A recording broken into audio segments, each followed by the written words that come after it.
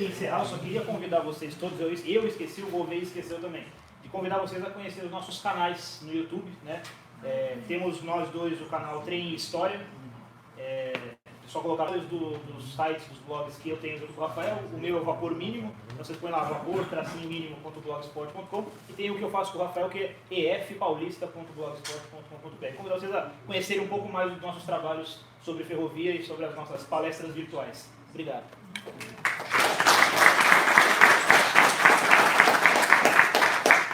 Pessoal, então, muito obrigado, Gouveia, obrigado, Leandro. Meu, tudo que você falou aqui, eu não sabia nada. Beleza? Eu não sabia nada. Então, assim, pra gente foi de grande valia. Obrigado, Rafael. Meu, as imagens sensacionais. Meu avô tinha um negócio desse aí, rapaz. As imagens é bonita demais, né? Então,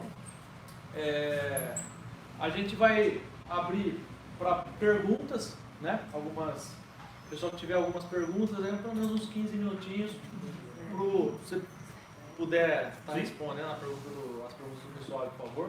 Quem fizer a pergunta, faça em tom alto, tá? De maneira que o som possa chegar aqui na frente e o pessoal possa estar respondendo. Beleza? Então, quem ia fazer uma pergunta aí? Paulão?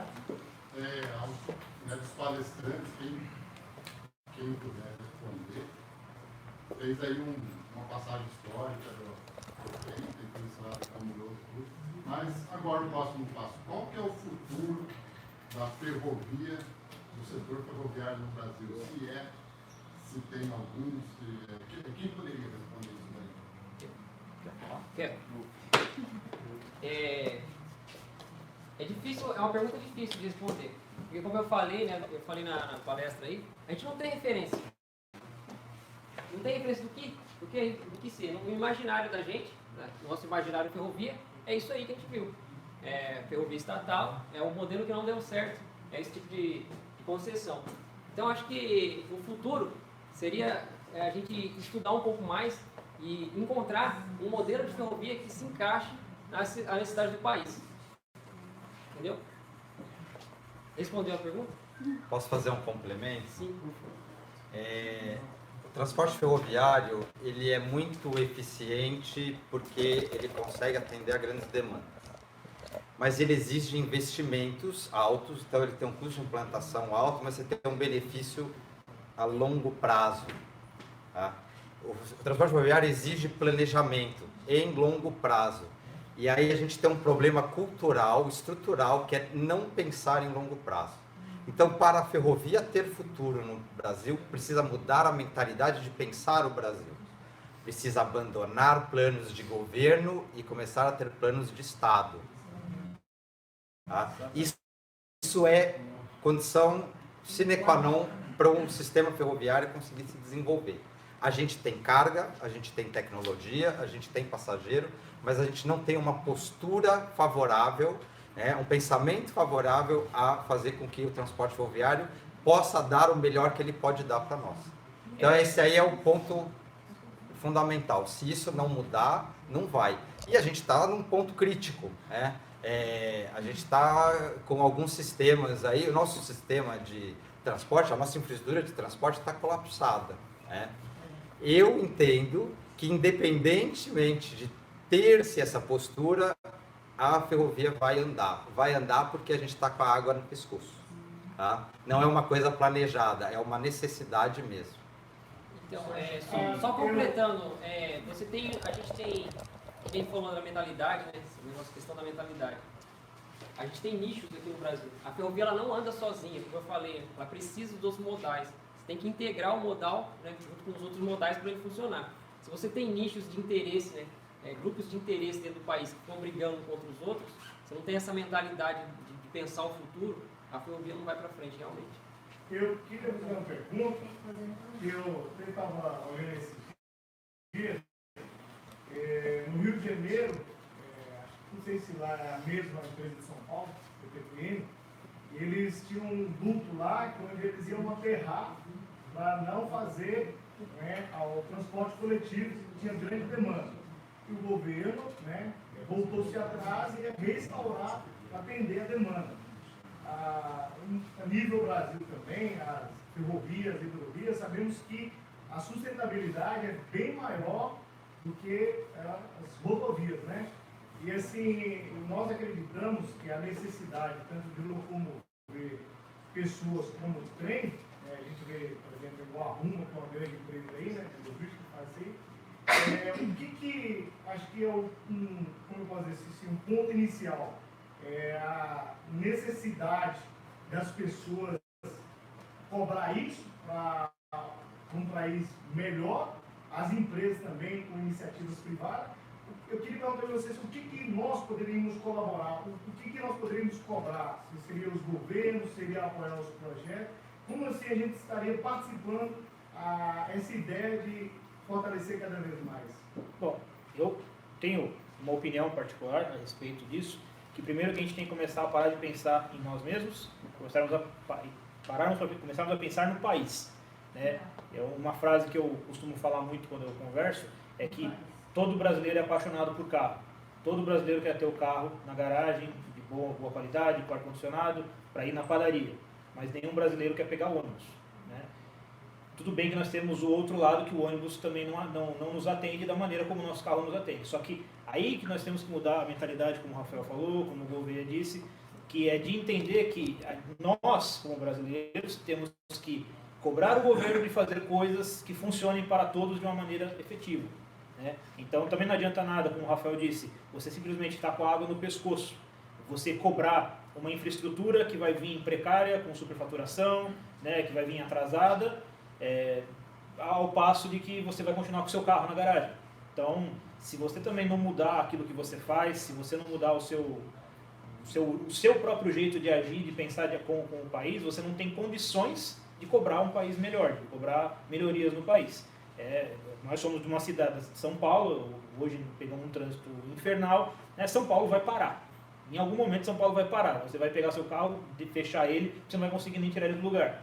O exemplo que eu até usei na viagem, os meus familiares meus parentes são de Descalvado, uma cidade um pouco para frente. Quando eu era criança, eu ia lá e gostava muito de ir para lá, por quê? Porque tinham casarões antigos, porque as ruas eram vazias, quase não tinha carro, você via passar uma Brasília, você via passar um trator. Hoje em dia, Descalvado tem tanto trânsito quanto São Paulo. Para mim não faz sentido.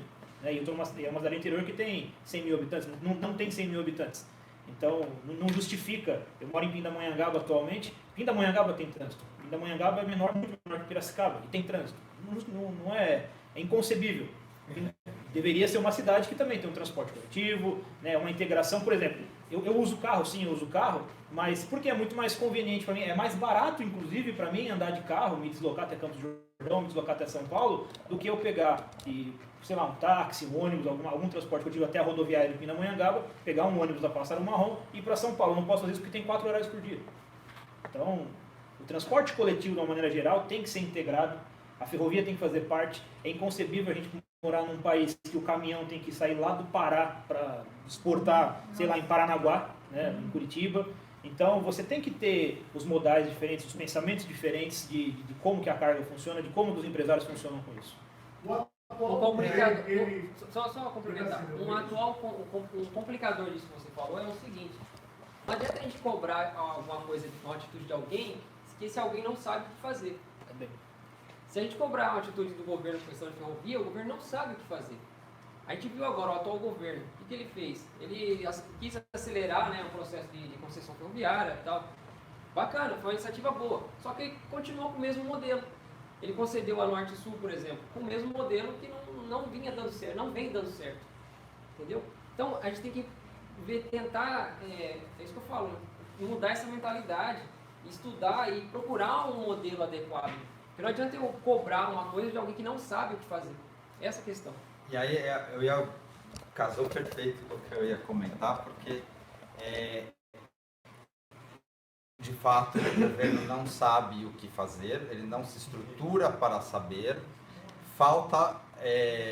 eu entendo que falta da iniciativa privada, falta formação de grupos que levem propostas boas, propostas bem estudadas, bem pensadas. Então não é só cobrar, mas é levar o conhecimento também, porque falta muito. E não é só o governo que não sabe o que fazer, a iniciativa privada também não sabe. Na verdade, ninguém sabe o que fazer. Porque, como eu falei, a gente está acostumado com um modo de operação que para a gente é comum.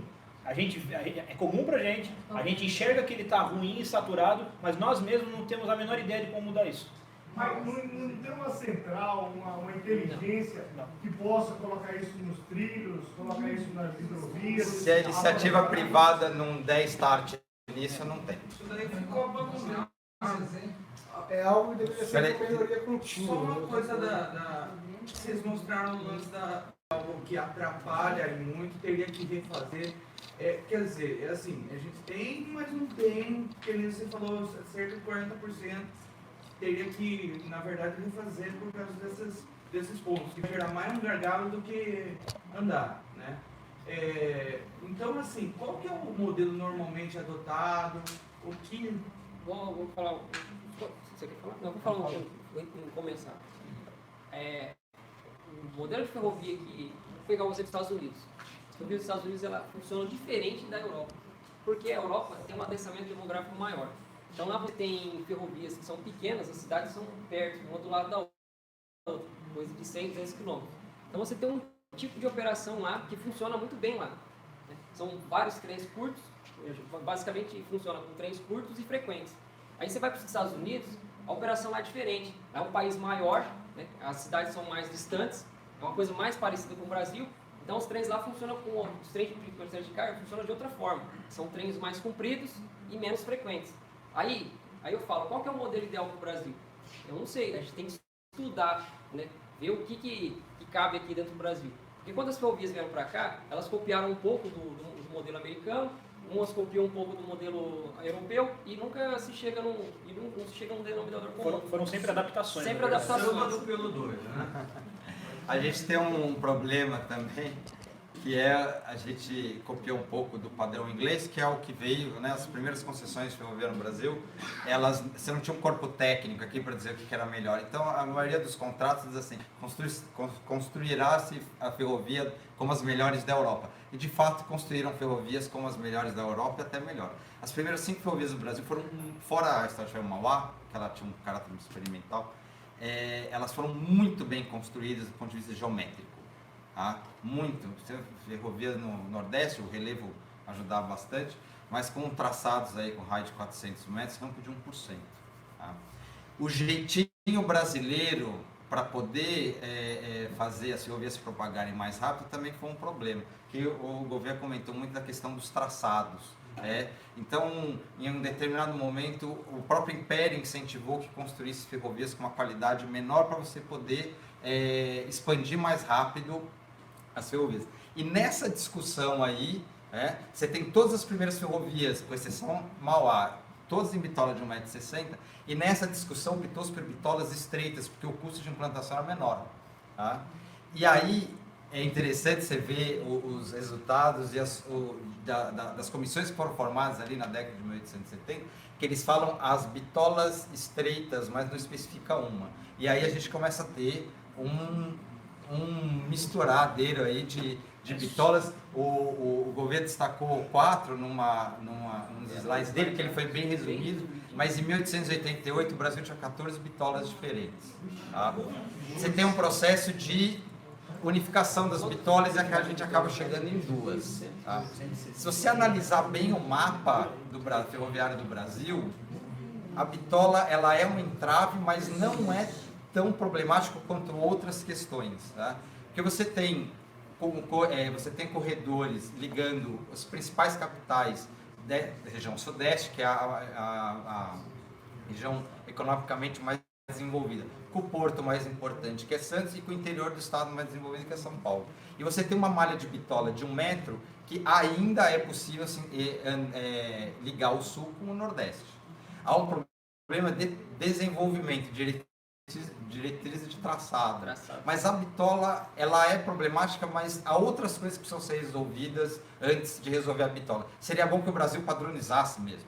Ou que escolhesse 1,60, ou que escolhesse 1 metro, ou a bitola padrão. Os Estados Unidos padronizou a bitola no final do século XIX. São 430. Isso que o comentou agora há pouco, sobre a questão da viabilidade de continuar ou não, e tal. Comentou a respeito dos Estados Unidos, né, e Europa. São dois lugares que mantiveram continuamente o investimento e melhorando e adequando as dificuldades. Então, quer dizer, foi progredindo continuamente, então não parou ali, né? Então nós temos aqui pelo que nós aprendemos hoje aqui, simplesmente uma pausa dramática e agora você está tentando reaver uma coisa que aparentemente perdeu o time. Tipo, para você recuperar esse tempo perdido, é uma coisa assim, muito cara para poder reaver essa ascensão da linha ferroviária, da forma como tem lá na Europa ou tem nos Estados Unidos. Então, a gente tem uma ideia de ferrovia aqui, que a ferrovia é fixa. Você faz uma linha num lugar e ela fica lá o resto da vida inteira. Nos Estados Unidos e Europa não é assim. Muda a direção, erradica uma, constrói outra. Por isso que elas vão se mantendo, porque elas vão seguindo o eixo econômico do país. Elas vão seguindo a carga, elas vão atrás da carga. Aqui não, a gente teve esse problema que eu falei, né, do gerenciamento. As ferrovias elas ficaram paradas no tempo ali, naquela mesma coisa, enquanto a economia do país mudou, a ferrovia não buscou ser competitiva. Ou seja, não adianta sair construindo sem pensar. Sem pensar. Complementando o que você falou aí na parte de viagem de passageiro, né? Eu acho que o problema também, eu acho que o principal é o governo não ter uma boa política na concessão. Você pega o exemplo, nós temos exemplos bons aqui, que é a Vitória Minas, né? Minas... Vitória Minas. Belo Horizonte a Pedro Noves. Então, o que eu entendi, a concessão lá foi obrigado a manter um trem de passageiro. Eu fiz essa viagem e realmente parece que você está no primeiro mundo. Os trens hoje lá de passageiros são excelentes. A velocidade é baixa, né? Tá, mas são confortáveis, tem Wi-Fi. Aí tem outra questão. A competitividade. Belo Horizonte, Vitória? É o único trem de passageiros diário que tem no 12 Brasil. horas de viagem, mas é excelente a viagem. Se o senhor for fazer essa viagem de ônibus, quanto tempo o senhor acha que o senhor vai levar? Não sei, mas acho que mais, né? Não, entre 10 e 11 horas. De trem você leva entre 12 e 14 horas. O trem é competitivo. Se por um acaso esse traçado, né, digamos, essa ferrovia fosse em São Paulo, onde o relevo favorece uma ferrovia mais reta, e você tem um ônibus que faz um trajeto muito em 1 hora e a ferrovia faz em 4, a ferrovia não é competitiva. O passageiro não vai pegar o trem, ele vai pegar o ônibus. E eu vou complementar É aí que está a questão. Vou complementar uma outra coisa que o Gouveia falou, um pouco de propriedade de causa, porque eu sou ex-funcionário Vale, eu trabalhei na Vale do Rio Doce. A Vale mantém o trem de passageiro por instituição, porque ela tem uma diretriz de vitrine. Ela quer se aproximar dos moradores da região, porque ela é completamente extrativista. A Vale do Rio Doce está acabando com Minas Gerais, literalmente. É uma compensação Então é social. uma compensação social. Por isso ela não para o trem. Tem contrato de concessão, senão talvez... Sim, Também. ela tem a concessão do trem de passageiro. Não sei se seria rentável. Mas o trem é sempre lotado. Se o senhor for pegar o trem lá, às vezes você não tem nem passagem. E é 1.800 passageiros dentro do trem. Você viu a... Porque no contrato de concessão das ferrovias, como o Gouveia falou, da Ferroban, tinha uma cláusula que dizia mais ou menos assim, que a concessionária nova deveria manter o serviço de passageiros por no mínimo 1 ano, ou até que o governo decidisse o que fazer, ou criasse uma agência somente para trem de passageiro e concessionários somente isso. Mas o governo nunca fez isso, passou 1 ano, no dia seguinte encerraram os trens de passageiros. Não, eles operaram mais 1 ano ainda. Mais de 1 ano. Mas operaram um pouco. Eles passaram do prazo. Passaram, mas foi basicamente do prazo. O contrato um serviço dizia assim, precário, mas passaram. o contrato dizia que era por 1 ano ou até que o governo decidisse o que fosse fazer ou o que acontecesse primeiro. É isso mesmo, está escrito com essas palavras. Só complementando o que o senhor falou, só vou dar um exemplo. Em 95, uma rede hoteleira em São Paulo decidiu reimplantar um trem ligando o São Paulo a Rio de Janeiro. Levava entre 8 e 10 horas a viagem. O famosíssimo trem de prata. Qual que é a proposta do trem de prata? É uma coisa muito, vou falar a verdade, idiota. Isso já aconteceu na década de 40 nos Estados Unidos e não deu certo. Os caras tentaram aqui. Eles fizeram um trem de luxo, né, que era um dormitório, cabine, dormitório, restaurante e tal, bem luxuoso. Você pegava um trem à noite, dormia no trem e descia no Rio de Janeiro no outro dia. Só que o trem, a passagem desse trem, ele custava o mesmo preço da ponte aérea. Aí, Por que alguém pagaria para viajar 8 horas no trem de luxo se ele podia viajar 40 mas minutos? esse trem não era para concorrer com a ponte aérea, Não é era outro pra, mercado. não, sim, é sim, outra é outro coisa. mercado, mas... Não é transporte diário, é outra coisa. É outro mercado, mas eu estou fazendo uma comparação, né? Você tem que entender. Porque isso aconteceu nos anos 40 nos Estados Unidos. Eles tiveram que, lá nos Estados Unidos, as viagens de costa a costa, longo percurso, eles tiveram que tentar elevar, né, o luxo da viagem e melhorar a viagem para concorrer com o boom da aviação que estava acontecendo. Mas mesmo nos Estados Unidos, não deu certo. O transporte passageiro não foi eficiente. Tanto é que os Estados Unidos criou uma agência, que é a Amtrak. Então, quem opera trens de passageiros nos Estados Unidos não são as operadoras de carga, é uma outra empresa. É uma empresa estatal. E as viagens geralmente não são muito grandes, trechos pequenos. Pois não. Bom, então a gente pode ter um cenário positivo também, né?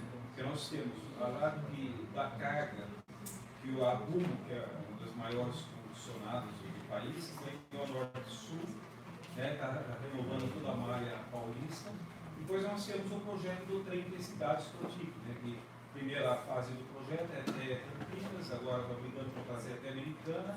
Nós lá de Rio Claro estamos lá no movimento, né, que é liderado pela UAB, que faz parte também, de estender mais 60 quilômetros e chegar até Rio Claro. Eu sei que já tem um monte de não, um monte de problema, gargalo, até a Rumo, que na Americana não daria para vir, porque tem um tráfego muito grande de trem de carga. Mas já liberou, acho que vai chegar até Americana, não sei. Mas nós temos um cenário positivo de grande desenvolvimento para cidades nossas, principalmente aqui em São Paulo, com esses projetos, principalmente a Rumo. O Oeste, né? Eu, particularmente, acredito que trem de passageiro, pelo menos dentro do estado de São Paulo, tem que ser mais regional mesmo, para ser competitivo. Né? Você, e principalmente nessas questões de ligar a capital, né, às cidades mais populosas da região. É um gargalo, realmente. Já tem um estudo favorável que está andando faz tempo já, presidido pela Caterpillar, de puxarem uma linha férrea que passe dentro da Caterpillar, passe dentro do local ali da Hyundai, ali, como chama? Esqueci o nome. Ali, as montadoras ali, polo automotivo, isso. Sai da Caterpillar, passa no polo automotivo e tchum, caiu, partiu Santos. E é um estudo presidido pela Caterpillar, só que por enquanto ela encontra muita dificuldade nos órgãos governamentais. A legislação não é favorável para a implantação, né? Como o governo falou, em cima desse comentário, vocês têm um catálogo das empresas nacionais que fabricam locomotiva e vagão. Tem a Maxion aqui em Indaiatuba, né? Na região, tem mais outras? Tem a GE em Minas Gerais, fabrica locomotiva, a Progress Rail também em Minas Gerais fabrica locomotiva. Tem bastante empresa. Não, o Brasil tem uma indústria ferroviária, para a participação que a ferrovia tem no Brasil, é até respeitável. Né? No site da BIFER, que é a Associação Brasileira da Indústria Ferroviária, você encontra o catálogo todo de todas as empresas que fornecem equipamento ferroviário, e não só para o Brasil, mas para exportação. Né? A indústria ferroviária brasileira tem um mercado bom aqui na América Latina. Curiosidade, o Brasil não fabrica trilho. Não se fabrica trilho no Brasil. A Maxion fica lá. Maxion, Hewitt, Progress Rail tem uma... A GE e a Caterpillar. Que é a Progress Rail, que é o braço da Caterpillar, o braço ferroviário da Caterpillar. Pessoal, só para a gente encerrar, eu e o Rafael, ano passado, a gente fez uma matéria com coautoria na revista Ferrovia, que é a revista da Associação de Engenheiros do Estado de Ferrovia, sobre o 60º da Paulista. Nós temos dois exemplares, que na verdade a gente não sabe como a gente vai fazer para sortear para os senhores. Se os senhores tiverem alguma sugestão, a gente agradece. A gente queria deixar esse presente para vocês, né? Só temos 2 exemplares. Como você sugere? Pessoal, então a gente Quem vai gritar encerrar. mais alto, leva. A gente vai encerrar e assim, o importante que é que se encontra aqui no Instituto é o professor João. Professor, por gentileza, o professor João Batista, ele é professor da USP, é conservador, ou seja, é um achado.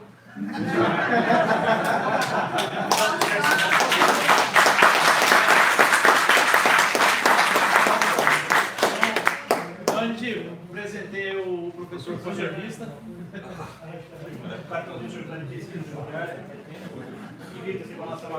Tentar resumir a história da Paulista em 25 páginas.